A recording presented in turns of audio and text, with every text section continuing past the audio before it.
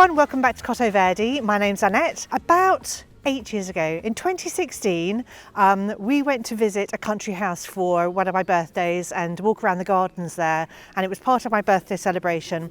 And from that point on, I saw something there that I wanted to replicate here, and I knew exactly where I wanted to do it, but we've had a lot of building work and all sorts of stuff going on since then.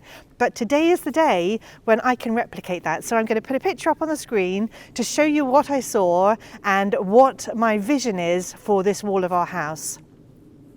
So this wall behind me here is the wall where I'm planning to put the diamond pattern that I saw at Waddesdon Manor. I think it's going to look spectacular. Now, I'm not going to use ivy, which is what I think they used. I'm going to use something called star jasmine or Trachelospermum jasminoides. And we do have this on an archway in the back garden, but I think it's going to look wonderful here. And I think I can train it into that pattern along the wire trellis. Look at the James Galway rose behind me. Isn't it gorgeous? I'm going to show you what we're going to use to put this wire trellis up today. I do have another video which I filmed. I think it was one of my very first videos. It's on my channel and it's been viewed loads of times, but I thought I would remake that video today and hopefully do a better job of it to show you how we put up the wire trellis that we use to train all our roses and everything else on. It's very much a DIY job, and we kind of made it up as we went along in the beginning. I did some research, but I'll show you what we're doing today in case you want to have a go yourselves. It's really simple. Oh, and what I'll do is I'll also link all the products in the description below that we use to make this trellis. Okay, so the first thing I'll say is if you're drilling into brickwork or anything like that, then you will need roll plugs. These are just fixings to help your the screws stay in. You'll need a drill and you'll need wire cutters. And then if you're drilling into timber, you're not going to need the roll plugs, but everything else will be the same. So the first thing you're going to need are what are called vine eyes. And these are long screws, so they've got a screw bit on the end, and then they've got a loop on this end of it. And these stick out from the wall a little bit because you don't want them sunk right the way into the wall. So you do need a length of screw that will stick out of the wall here. The other thing that we need is turnbuckles. Now, you can make a wire trellis without turnbuckles, but I don't advise it because over the years, the wire that we use is going to loosen. And with a turnbuckle, first of all, when we're installing the wire trellis, we can tighten up the wires more easily. But over the years, as the wires loosen and stretch a bit with the plants climbing on them, the turnbuckles are really invaluable in order to tighten up the wires without having to take the whole thing off or replace the wires. And then the other thing we need is wire. Now, I don't use any wire that's particularly thick because it just becomes quite cumbersome and hard to bend. And I've found that this thickness, as I said, I'll link it in the description below, is perfectly sufficient for us. So we're going to get started putting up the wire trellis. We're putting 3 plants in here. Okay. So we're going to do one on this end, one in the middle, and one on this end. Do you know where the middle is? Only measure the brick wall, not the border.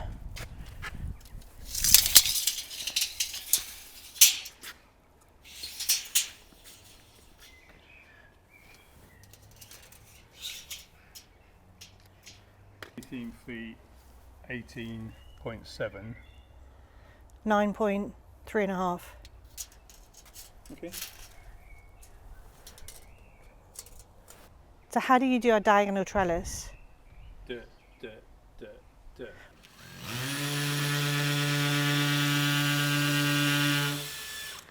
Okay, so this is my scrappy drawing of what we're doing. So we've decided we need to divide the wall. So we're going to go up the middle and up the sides at equal heights. And then in between those, we're going to go in the middle of these two. And it's not a very accurate drawing, but you can kind of see this is what we're aiming for. And then this is the way the wires will go. Anyway, that's what we're doing. So we're going to start going up the middle, then we'll do the ones at the side, and then we'll measure the distance here and go in the middle. This is the plan.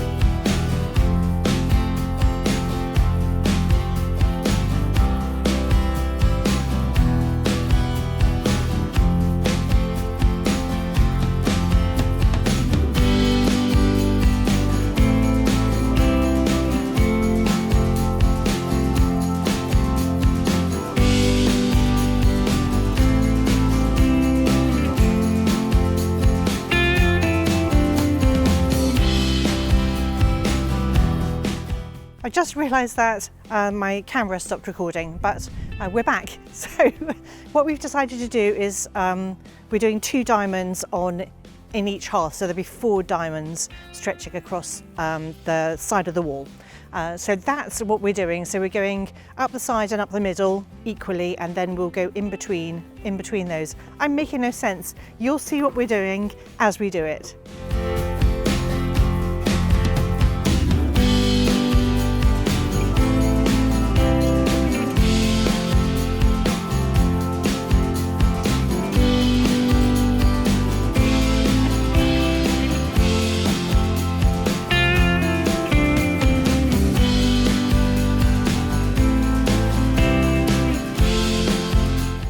I want to have a go.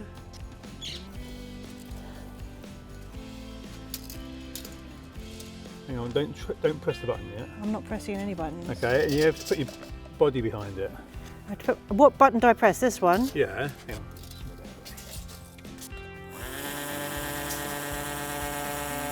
How far? Ha! That's the first time I've ever drilled anything.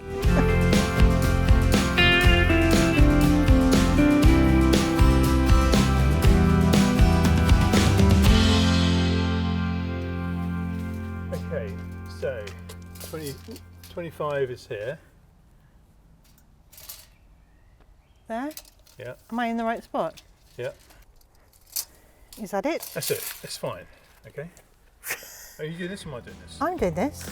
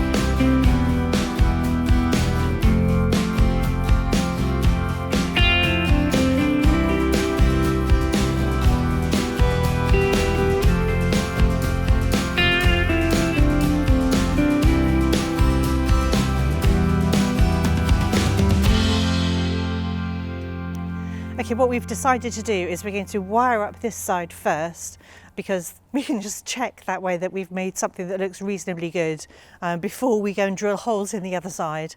It's all an experiment. So with the turnbuckles, it's really important when we're installing them to unwind them. So open them up to their absolute maximum hole. If you wind it the right way, it'll open. So just keep undoing them until this screw moves all the way to the end. I'll speed this up. Okay, so the screw has disappeared inside here. So this is kind of the widest that it can be, and then I'm going to do exactly the same with this one. So by opening it up to the widest that we possibly can, that gives us the greatest flexibility in the future to tighten the wires. Now, a lot of people have asked me in the past whether there needs to be a turnbuckle on both ends of the wire, and there doesn't. I mean, that's just extra expense. Obviously, I guess that gives you even more flexibility for tightening, but by the time you've tightened your wire that much, it's probably going to snap anyway. So I think a turnbuckle on one end is perfectly sufficient. The other thing I've been asked in the past, oh, I may have undone it too much, the screw's almost out. The other thing I've been asked in the past is how long a stretch of wire you can have and how often you have to have a vine. And I don't have an answer to that because it's always been an experiment for us. I guess we've only ever really done 2 fence panels. I don't know what a fence panel is. Is that 6 foot? How big's a fence panel, darling? About 6 foot. So we've only ever done 12 foot of wire and 1 turnbuckle with a vine in the middle, so every 6 foot. That's what we've done in the past. So this is the turnbuckle, completely as far open as we can get it. The screws are still inside, so they're only just at the widest. So this bit goes on the vine eye, and this bit here that is closed, that's where we tie the wire to. Let me show you what we're doing. I'm not that tall. No, I'm not that tall. Okay, fine. Take this. Okay. Hang on. Hang on. Oh.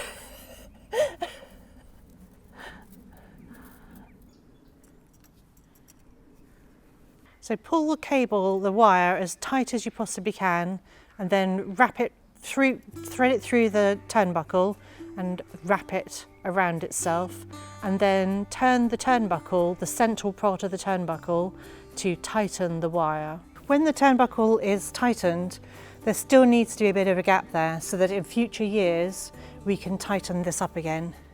So Richard and I have swapped jobs because he's not able to pull the wire as tight as it needs to be. So I'm pulling the wire through and looping it around the turnbuckle, and then he's wrapping it around because it hurts my thumbs.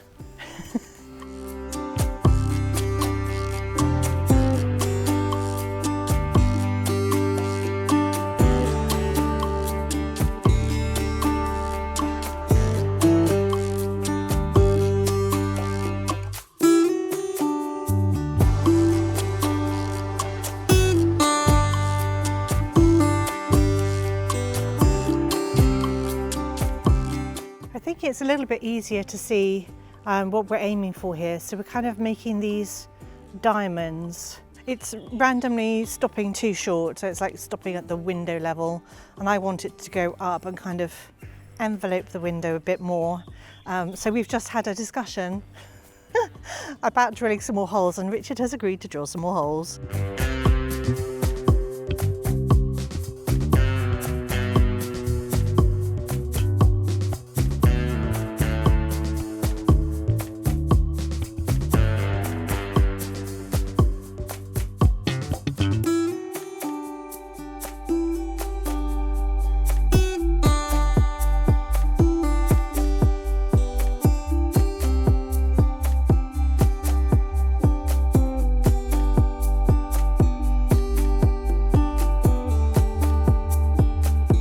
So we've kind of got as far as we can with this side, but in order to run the cables for the rest of it, we need to drill the holes on this side. So we're going to do that now. This is the most laborious task, and definitely something to do in front of the TV on a winter's evening, is to undo all the turnbuckles, because when you've got quite a few to install, it can wear your thumb out twisting and twisting to get them open as far as possible.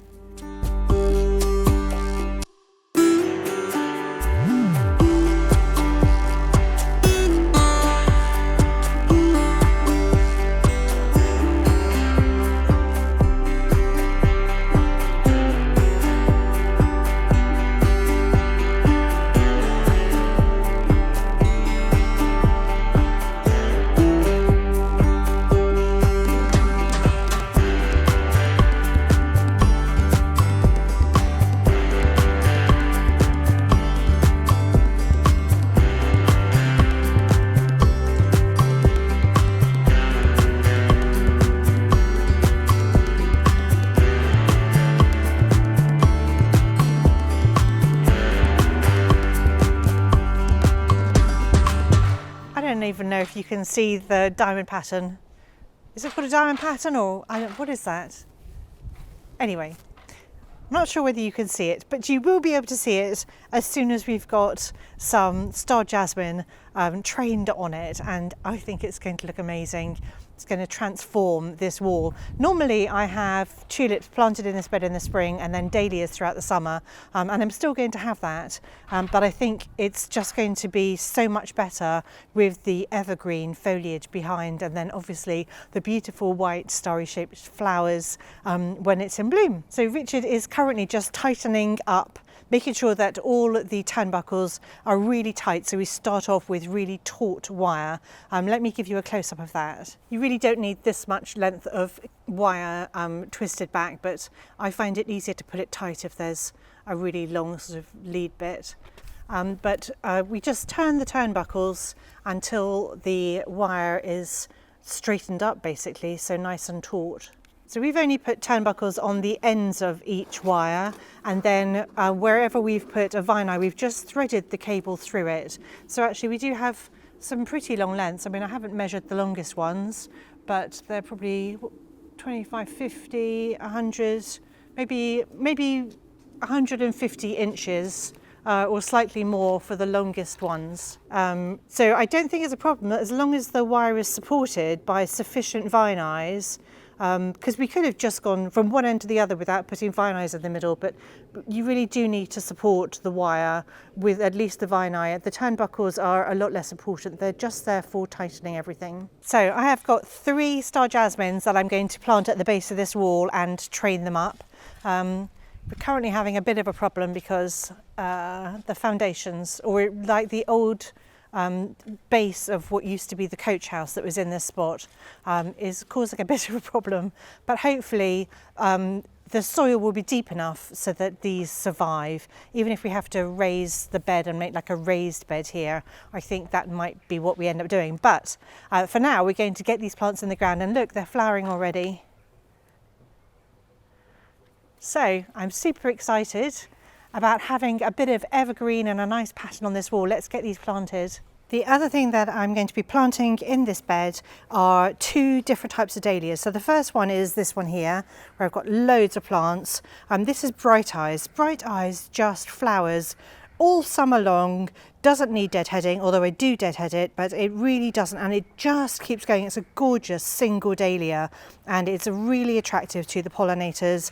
And so I feel like with all the other dahlias that I'm growing that maybe aren't as attractive to the pollinators, that it's important to have something that is. So I'm going to have this here for a really nice bright pop of colour all summer long. The other one I'm going to be planting is this one here. This is called Florinor, and Florinor is an anemone style dahlia, so not as good for the pollinators, but it's a really nice, again, bright pop of colour. It keeps flowering all summer long, and I think it looks really nice with Bright Eyes. So these are the 2 dahlias that I've chosen for the base of this wall here. So we're just topping the soil up in this wall here, in this bed, because it's quite low now after a few years of use. And also just to make it slightly deeper for these really deep pots that we've got over here with the star jasmine in. So what we're also going to do is put some farmyard manure in to add some goodness to this very depleted soil. And I'm also, because topsoil doesn't really have any goodness in it, I'm also just liberally sprinkling some plant food.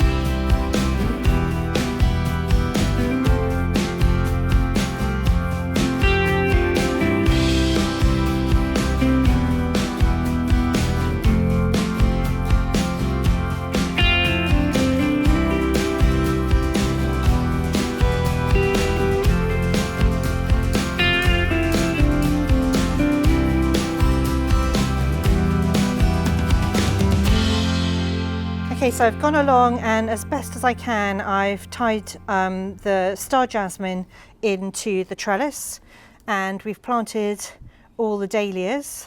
And as Richard said, it's looking good. Let me take a step back.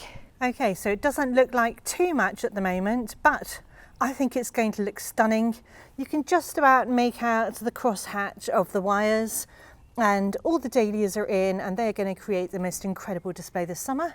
Ignore the bins and the ladder over there, but I think that's looking good. Well, that's it for today. I really hope you've had fun with us as we put up this wire trellis. Maybe it's given you some inspiration for things that you can do. I know that it doesn't look like much, this big blank wall behind me at the moment, but it is going to look absolutely wonderful when it grows in the next year or two. And I think the dahlias are going to look incredible this summer. I can't wait for those to start flowering, and I've got buds on them already. Anyway, I hope you've enjoyed the video. If you have, please do give it a like, and if you'd like to see how this wall looks in future years, then subscribe to my channel. Thank you so much for watching, and I'll see you all next time.